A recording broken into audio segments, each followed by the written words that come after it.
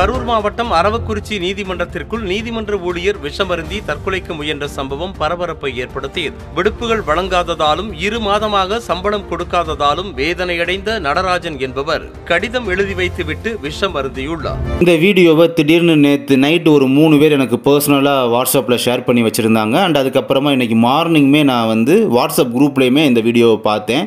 ஒரு நியூஸ் சேனலில் நியூஸாக டெலிகாஸ்ட் ஆகிருக்கு. இது எந்த அளவு உண்மையா இல்லையா ஃபேக்ட் செக் பண்ணி நம்ம சேனலில் வீடியோவும் போடுவோம். பட் இந்த நியூஸில் இப்போ என்ன சொல்லியிருக்காங்க பார்த்தீங்கன்னா, கரூர் டிஸ்ட்ரிக்டில் அரவக்குறிச்சி கோர்ட்டுக்குள்ளேயே பார்த்தீங்கன்னா நீதிமன்ற ஊழியர் ஒருத்தர் சூசைட் அட்டெம்ப்ட் பண்ணியிருக்காங்க.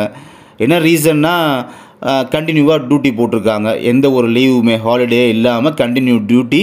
அது போக 2.5 மந்த்தாக அவங்களுக்கு சேலரியே போடல. இந்த ரீசனெல்லாம் மென்ஷன் பண்ணி வைக்கிற மாதிரி லெட்டரில் இந்த ரீசனெல்லாம் மென்ஷன் பண்ணி வச்சுட்டு கடிதாசி எழுதி வச்சுட்டு அவர் விஷத்தை குடிச்சிருக்காரு அந்த நீதிமன்ற ஊழியர். இதுதான் இந்த செய்திகளில் அவங்க ஒளிபரப்பியிருக்காங்க. இது மற்ற எந்த நியூஸ் சேனலையும் போடலையே, இது உண்மைத்தன்மையா அப்படின்றத செக் பண்ணி பார்த்தாலப்ப இந்த விஷயம் உண்மைதான். ஆனால் இது இப்போ நடக்கலை, ரீசெண்டாக நடக்கலை. இந்த விஷயம் நடந்து 1 வருஷத்துக்கு மேலே ஆச்சு. 1 வருஷம் 1 மாதத்தை கடந்துருச்சு. 13 மாதம் ஆயிடுச்சு சொல்லப்போனால். இது எப்போ நடந்ததுன்னா 2024 ஏப்ரல் மாதம் 25ஆம் தேதி நடந்தது. அதாவது இன்னும் அக்யூரேட்டாக சொல்ல போனால் உங்களுக்கான இப்போ கீழமை நீதிமன்ற ஆட்சேர்ப்பு இப்போ அறிவிச்சாங்க பார்த்தீங்களா, அந்த டயத்தில் இந்த மாதிரி விஷயங்கள் நடந்தது. பட் விஷயம் நடந்தது உண்மைதான். இந்த நீதிமன்ற ஊழியர் விஷம் குடித்த சம்பவங்கள்லாம் உண்மைதான். ஆனால் இது இப்போ ரீசெண்டாக நடக்கலை. ஓகே, இதெல்லாம் இருக்கட்டும்.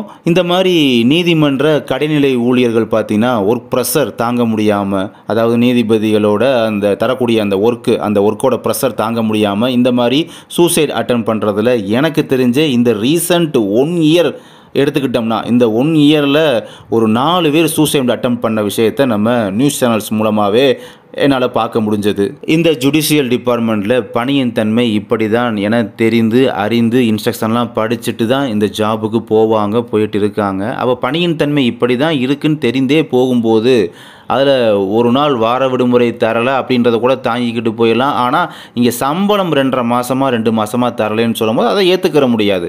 அது நிரசனமான உண்மை தான்.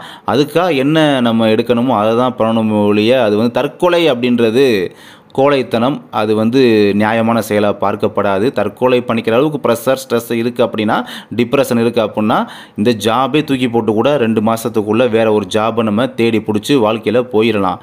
அதுக்காக தற்கொலை பண்ணோம் அப்படின்னா உங்களை நம்பி இருக்கக்கூடிய குடும்பம், குழந்தைகள், உங்கள் மனைவி, குழந்தைகள், அப்பா அம்மா அவங்களெல்லாம் யார் காப்பாற்றுவா? இந்த மாதிரி விஷயங்கள்லாம் கொஞ்சம் திங்க் பண்ணி பார்த்தோம் அப்படின்னா சூசைட் பண்ணுற அந்த நினைப்பு அப்படின்றது வராது.